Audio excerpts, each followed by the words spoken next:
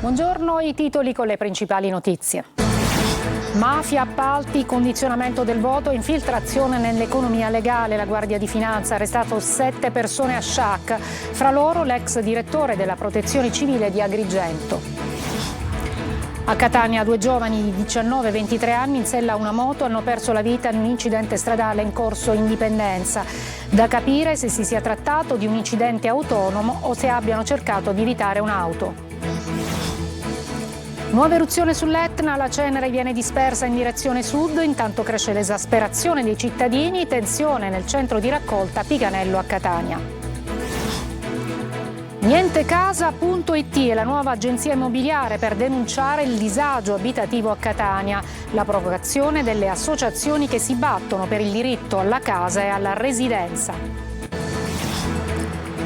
Neri Marco Re, la passione per il cinema, l'artista poliedrico si racconta al nostro TG e parla del suo amore per la Sicilia. Calcio, Catania pronto a far partire la stagione, società attivissima sul mercato, silenzio ancora a Messina, mentre a Trapani è ufficiale anche l'arrivo di Zuppel.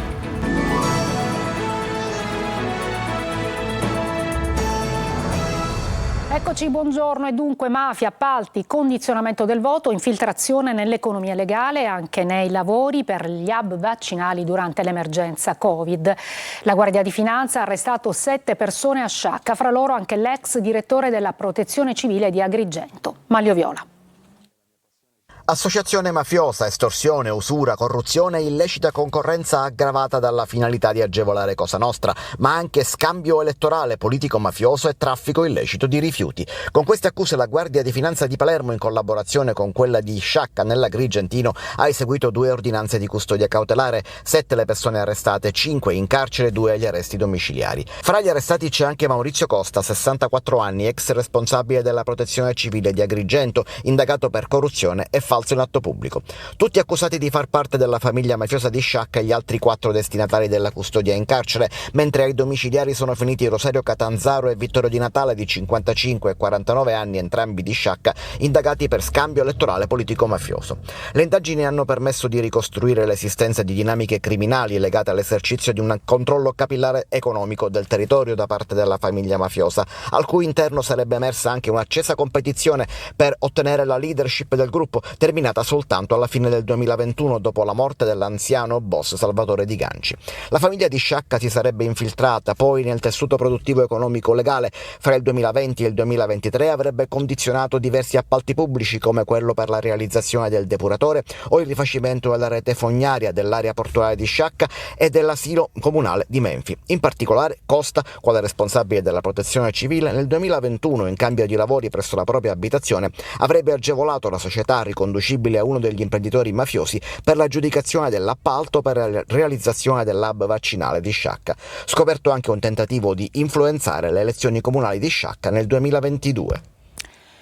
A Catania adesso 2 giovani di 19 e 23 anni in sella a una moto hanno perso la vita in un incidente stradale la scorsa notte in corso Indipendenza. Da capire se si sia trattato di un incidente autonomo o ci sia stato un imprevisto. Lorena Dolci. Salvo Giardino e Alfio Cuffari sono morti. 19 e 23 anni erano insieme a bordo di una moto in corso Indipendenza all'altezza dell'incrocio con corso 4 novembre. In questo punto la frenata, poi il volo, l'impatto che non gli ha lasciato scampo, anche perché entrambi sarebbero stati senza casco. Un tragico incidente nel cuore della notte, intorno alle 3. A nulla è servito l'arrivo sul posto dei sanitari del 118, una dinamica ancora tutta da chiarire. Alcuni amici raccontano che ci sarebbe un'auto coinvolta nell'incidente. Al microfono di Eva Spampinato il racconto di un ragazzo, non lo possiamo mostrare perché è ancora minorenne, che è stato svegliato dal messaggio di un'amica comune. Sappiamo che loro stavano andando verso di qua, è uscita una macchina. E per evitare la macchina lui ha provato a frenare con il briciolino dell'Etna e la moto proprio hanno fatto l'incidente. Erano in 2 sulla moto? 2 sulla moto. Avevano il casco? No, senza casco erano. Circostanze ancora tutte da verificare. Indagini sono in corso per riscontrare tracce di altri mezzi coinvolti nell'incidente mortale o quale sia stato l'imprevisto che ha fatto perdere il controllo della moto. Giardino, che lavorava in un hotel, era un grande appassionato di due ruote e sin da piccolo aveva avuto diversi mezzi. Si può certamente dire che era un guidatore esperto, aspetto questo che lascia ancora più nel dolore e nello sconforto chi conosceva i due ragazzi. Nuova eruzione sull'Etna, la cenere viene dispersa in direzione sud, operativo l'aeroporto di Catania, ma possibili ritardi. Lorena Dolci. Ci risiamo. Con Catania in piena emergenza cenere lavica, l'Etna torna a riprendersi la scena. Ha cominciato nel tardo pomeriggio di ieri con un graduale incremento dell'attività stromboliana dal cratere Voragine. Il fenomeno è intensificatosi intorno alla mezzanotte è costantemente monitorato dall'INGV, l'Istituto Nazionale di Geofisica e Vulcanologia. L'attività produce emissioni di cenere che per ora si disperdono in direzione sud. Il tremore vulcanico è tuttora in aumento e potrebbe evolvere in fontane di lava. L'origine è stata localizzata a poco ad est del cratere Voragine, proprio la bocca che ha dato spettacolo negli ultimi tempi e che con la sua attività ha fatto diventare il vulcano più alto. L'Etna oggi tocca i 3.369 metri. L'avviso per il volo, il cosiddetto VONA, è passato da rosso ad arancione. Nonostante la nuova fase eruttiva, l'aeroporto resta operativo, ma sono possibili ritardi o cancellazioni per effetto delle misure applicate nelle prime ore del mattino. La SAC invita i passeggeri a contattare direttamente le compagnie aeree per verificare lo stato del proprio volo. E resta l'emergenza cenere a Catania, cresce il malumore dei cittadini esasperati dal lento ritorno alla normalità, tanto che oggi ci sono stati momenti di tensione nel centro raccolta a Picanello. Sentiamo Tonino De Mana. Ad una settimana esatta dalla pioggia di cenere, Catania non riesce a rialzarsi e con il passare delle ore aumenta la rabbia della gente. Tensione anche al centro di raccolta comunale di Picanello, dove i cittadini vengono gentilmente invitati a ritornare per conferire la sabbia vulcanica. Sono le 10:30 e lo scarrabile che vedete è pieno. Agli operatori di Gema spetta quindi l'arduo compito di chiedere alla gente di avere un po' di pazienza, che molti, esasperati dalla situazione, non hanno. Sono incazzato nero perché non so dove buttare la cenere vulcanica, perché se spendeva 2 lire e metteva dei camion di raccolta, come hanno fatto gli ex sindaci, tutto questo non sarebbe successo. È la terza volta che vengo, come si fa? Terza volta che vengo. E che cosa? Non la fanno scaricare perché è sempre pieno. Sono incavolata nera perché questa sabbia non ne possiamo più, ci sono le piste ciclistiche che non si può circolare, non sappiamo dove buttarla, non abbiamo dove metterla, ce la dobbiamo tenere a casa. Mentre documentiamo il malumore dei catanesi, arriva finalmente il camion, ma bisogna attendere altro tempo perché il mezzo pesante dovrà prima scaricare la sabbia in un centro specializzato per poi tornare. A quel punto la domanda sorge spontanea, ma non era possibile mettere nel frattempo un altro scarrabile? Per logica sì, per mancanza di spazio nell'isola ecologica no. Non le manda a dire Lanfranco Zappalà. La mia rabbia è questa, che non siamo pronti, cioè non vedo una macchina organizzativa pronta.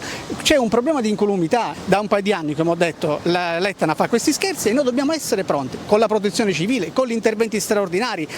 Ormai viviamo nella normalità e capiamo che ogni anno, e per fortuna è capitato d'estate, perché se fosse accaduto d'inverno con le piogge avremmo trovato una città completamente allagata. Il sindaco tarantino aveva detto che ci vorranno 10 settimane per tornare alla normalità. Di questo passo ne serviranno molte di più. Il giudice per le udienze preliminari di Palermo ha condannato a 14 anni di carcere la sorella di Matteo Messina Denaro, Rosalia, accusata di associazione mafiosa aggravata e ricettazione. Il processo si è svolto col rito abbreviato. La donna è in carcere dal marzo del 2022, secondo l'accusa. Avrebbe aiutato per anni il fratello a sottrarsi alla cattura e avrebbe gestito per suo conto la cassa della famiglia mafiosa e la rete di trasmissione dei pizzini, consentendo così al capomafia di mantenere i rapporti con i suoi uomini durante la sua lunga latitanza. Emergenza Cenere, cresce questo invece, ora sarà la casa Paolo Borsellino, il fulcro delle manifestazioni di quest'anno in ricordo della strage appunto del giudice, costata la vita a Borsellino e a 5 agenti della scorta. Si ricorderà anche Vincenzo Agostino, il padre dell'agente di polizia assassinato a Carini. Sentiamo Manlio Viola. 4 giorni di manifestazioni per ricordare non soltanto la strage di Via D'Amelio, della quale ricorre il 32esimo anniversario, ma anche nel nome di Vincenzo Agostino, il padre di Nino, l'agente di polizia ucciso con la moglie incinta a Carini. Vincenzo è morto il 22 aprile scorso, senza ottenere verità e giustizia per le quali aveva lottato tutta una vita. E questo sarà il tema delle manifestazioni che inizieranno il 16 luglio alla casa di Paolo, per culminare in Via D'Amelio il 19. Il Movimento delle Agende Rosse comincerà il suo presidio in Via D'Amelio alle 14.45. Come sempre noi daremo spazio in quel momento alle voci dei familiari dei ragazzi morti insieme a Paolo. Il minuto di silenzio sarà seguito dalla lettura di una poesia di Marilena Monti da parte di Salvatore Borsellino, lì a seguire altre testimonianze finché intorno alle 17 comincerà un dibattito al quale parteciperanno magistrati e uomini e rappresentanti della politica italiana. Ci sono state negate delle verità e delle verità sono nascoste, che è proprio il tema del dibattito che si terrà subito dopo il minuto del silenzio. Io so chi siete sarà il titolo della manifestazione, citando una frase proprio di Vincenzo Agostino, che sia anche da monito ai detentori di una verità che ancora non emerge, ingabbiata nei 1000 depistaggi di un 30ennio. E oggi a Caltanissetta, udienza preliminare in cui sono indagati 4 nuovi investigatori accusati di depistaggio per aver dichiarato il falso deponendo come testi nel corso del processo sul depistaggio delle indagini sulla strage di Via D'Amelio. L'avvocato Fabio Trizzino, legale della famiglia Borsellino, chiede di costituirsi parte civile contro i nuovi imputati. Chiesta anche la citazione come responsabili civili della Presidenza del Consiglio dei Ministri e del Ministro dell'Interno. Nientecasa.it, una nuova agenzia immobiliare per denunciare il disagio abitativo a Catania, la provocazione delle associazioni che si battono per il diritto alla casa e alla residenza. Sentiamo Eva Spampinato. Siete ricchi? Avete tanti zero in quello stipendio? Magari single? Bianchi? Allora questa è l'agenzia per voi! Lui è Ilario Palazzoni, spietato agente immobiliare dell'agenzia Nientecasa.it, che si rivolge solo a persone facoltose. Sei povero? Hai una famiglia numerosa? Magari anche la pelle diversa dalla mia? Niente casa, appunto. Nientecasa.it in realtà è una provocazione che vuole denunciare il disagio abitativo e la negazione del diritto alla casa e alla residenza nella città di Catania. L'agente è un attore, Bruno Mirabella, e l'iniziativa è promossa da Trame di Quartiere, Arci Catania e Centro Astalli nell'ambito del progetto OP. Per una serie di persone che non hanno un reddito illimitato, famiglie, donne con bambini, migranti, è veramente difficile trovare casa e riuscire a portare la residenza, perché ormai la prassi è quella di affittare B&B per turisti, quindi affitti transitori, e quindi per chi invece decide di vivere in questa città è diventato sempre più difficile trovare casa, soprattutto nelle zone centrali. La messa in scena si svolge a Ognina proprio nel punto in cui si incontrano due paradossi: da un lato un lussuoso grattacielo in costruzione con tecnologie innovative e a basso impatto ambientale, dall'altro un alloggio di fortuna dentro un rudere abbandonato. Non è una critica rispetto agli imprenditori, ma invece è non dimenticarci che esiste un'altra parte, che quindi riuscire a bilanciare le due parti è che ci sia una garanzia pubblica e una tutela nei confronti di tutte quelle persone che invece sono escluse dalla casa e dalla residenza. L'ambizione degli organizzatori è quella di costruire insieme proposte concrete per cambiare le cose. A Santo Stefano di Quisquina, siamo in provincia di Agrigento, sono stati individuati 4 pozzi che, se attivati, potrebbero fornire oltre 100 litri d'acqua al secondo ai comuni in crisi idrica da settimane. Davide Sardo. Continua l'emergenza acqua nell'Agrigentino, restano a secco i comuni che da settimane fanno i conti con l'acqua razionata o con le autobotti, mentre a rilento si avvia la macchina regionale per gli interventi. Potrebbero essere riattivati 4 pozzi a Santo Stefano di Quisquina, rimessi in funzione fornirebbero 110 litri di acqua al secondo, che darebbero sollievo ai residenti in grande affanno per la penuria d'acqua. Si mobilita anche il sindaco di Campobello di Licata, Vito Terrana, che ha convocato portato in municipio gli amministratori dei 6 comuni che vivono il disagio delle loro comunità. L'acqua di questi pozzi sarebbe dirottata ai serbatoi di accumulo in contrada Rinazzi alla periferia di Canicattì. I sindaci hanno chiesto l'intervento del prefetto di Agrigento Filippo Romano e dell'ATI idrico per vigilare sulle procedure di ripristino dei pozzi. Se mi lasci ti sfregio con l'acido, questa l'ennesima minaccia telefonica all'ex compagna di un 26enne arrestato dalla polizia di Adrano nel Catanese con l'obbligo dell'uso del braccialetto elettronico.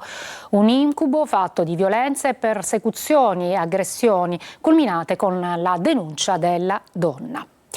Oggi a Sicilia 24 Focus la storia di Famous Williams, dalla Cara di Mineo al carcere fino alla scarcerazione perché innocente, con al centro il dolore dell'amputazione di un arto. Oggi Famous festeggia una nuova vita e un lavoro ottenuto grazie alla cooperativa Ethnos di Caltanissetta. Ospiti di Roberta Lunghi, il giovane nigeriano, e Fabio Ruvolo, presidente di Ethnos e anima del progetto inclusivo dell'Out Café. Appuntamento dunque alle 14.30 su Telecolor e in streaming sulla siciliaweb.it.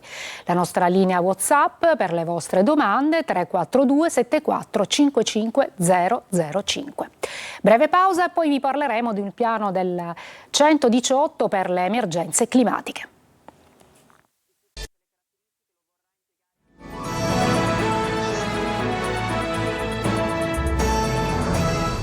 Maxi emergenze alluvionali, presentato a Catania il piano del 118, la prevenzione fondamentale per affrontare eventi climatici estremi. Tonino De Mana.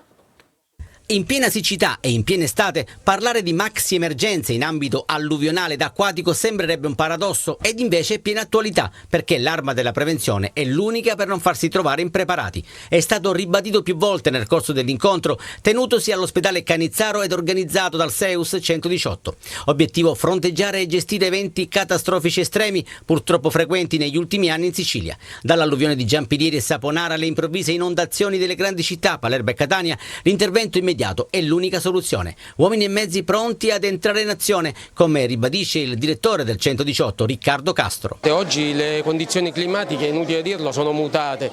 Di estate, per esempio, quando non eravamo in passato abituati, oggi imprevedibilmente può succedere un'alluvione, qualsiasi condizione atmosferica imprevista. Oggi ci dobbiamo pensare in tempo, in prevenzione, per essere pronti a tutto ciò. Concetti ribaditi e rafforzati da Salvo Giuffrida, direttore generale del Cannizzaro.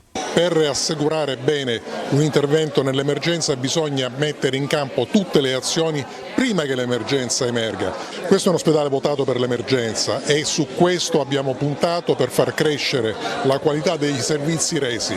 Una giornata come questa, dove si mettono insieme gli attori e le proposte che possono emergere di formazione per una corretta informazione sull'utente, credo che sia importante se non fondamentale. Presentati il gommone catamarano capace di trasportare e soccorrere 7 persone e i nuovi dispositivi di protezione individuale.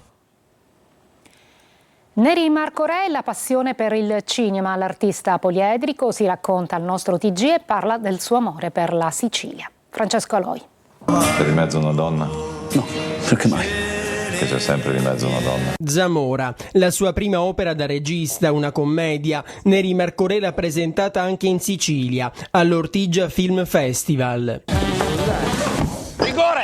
La regia cinematografica mi mancava e era qualcosa che volevo prima o poi affrontare ed è arrivata l'occasione con questo libro di Roberto Perrone. Buonasera a tutti. Dall'inizio della sua carriera sono passati 35 anni ed è sempre stato un continuo crescendo. L'inizio è stato un po' casuale, anche se ovviamente con tutta la mia volontà e impegno, però non pensavo proprio che avrei fatto questo mestiere. Negli anni 90 lavora anche con Raffaella Carrà nella striscia satirica TGX A ricomincio da 2.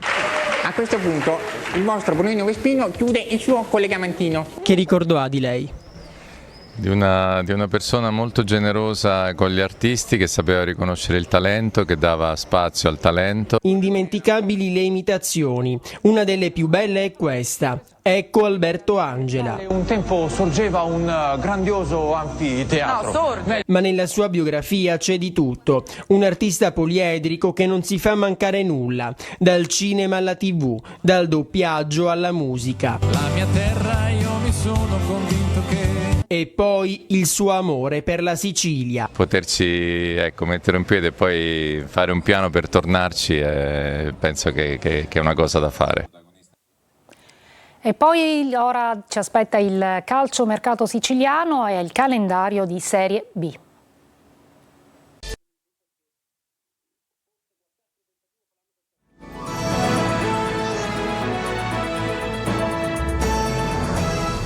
Eccoci al calciomercato, Catania pronto a far partire la stagione, anche se sul mercato i rossazzurri sono ancora molto attivi, attese novità in giornata.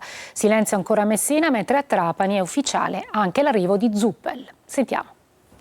È il giorno del raduno, i giocatori del Catania stanno iniziando ad arrivare alla spicciolata in città, pronti a mettersi a disposizione del tecnico Mimmo Toscano prima della partenza per il ritiro di Assisi. Ma è sempre il mercato a fare la parte del leone nell'attenzione dei tifosi. Dopo Luca Verna, i rossazzurri dovrebbero ufficializzare a breve anche Di Tacchio ed Andrea e sono sulle tracce del trequartista Nicola Dalmonte e del difensore Mario Rierardi.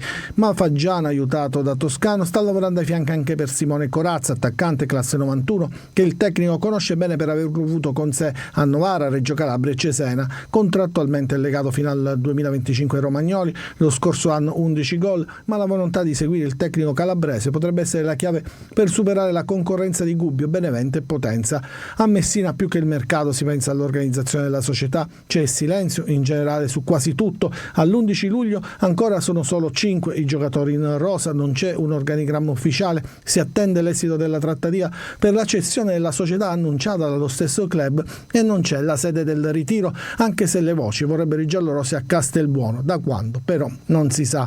A Trapani dopo Carraro invece è stato ufficializzato l'arrivo di Diego Zuppel, attaccante, 22 anni, lo scorso anno ha realizzato 7 reti in 15 partite alla Cireale, ma vanta esperienza in C anche a Messina e con la Virtus Francavilla. Varato il calendario di Serie B, il Palermo giocherà le prime 3 partite tutte in trasferta. Il club dovrà eseguire dei lavori alla Barbera e ha chiesto di giocare fuori casa i primi match. Esordio a Brescia per i siciliani. Saranno tutte in trasferta come richiesto direttamente dalla società per effettuare lavori al Barbera. Le prime 3 giornate di campionato per il Palermo è stato varato il calendario di Serie B. Rosanero che esordiranno nel weekend del 17 agosto al Rigamonti di Brescia, poi Pisa e Cremonese sempre fuori casa. L'esordio casalingo sarà al Barbera a settembre contro il Cosenza, turni di campionato anche a Santo Stefano e Pasquetta. Nel frattempo Rosanero che lavorano a Livigno, il ritiro è fatta per Thomas Henry che raggiungerà nelle prossime ore i suoi nuovi compagni. Nicolao ha svolto le visite mediche ed è già un nuovo giocatore rosanero, così come Pierozzi che sta ultimando gli ultimi dettagli del suo trasferimento dalla Fiorentina. Volti nuovi come quello di Alfred Gomis, esperto portiere presentato in ritiro e che in teoria farà da chioccia al titolare del Splanche. Fondamentalmente penso che questo Palermo la società stia strutturando la squadra per avere 23, 24, 25 titolari, perciò tutti quanti devono dare il meglio di sé, essere a disposizione e cogliere l'occasione appena arriva, quindi ognuno con le proprie qualità e mettere a disposizione del gruppo. In partenza Soleri, Aurelio e Pigliacelli, i primi 2 allo Spezia, il portiere al Catanzaro. È tutto, vi ricordo dopo la sigla il nostro focus, oggi curato da Roberta Lunghi. Grazie per l'ascolto e buon pomeriggio.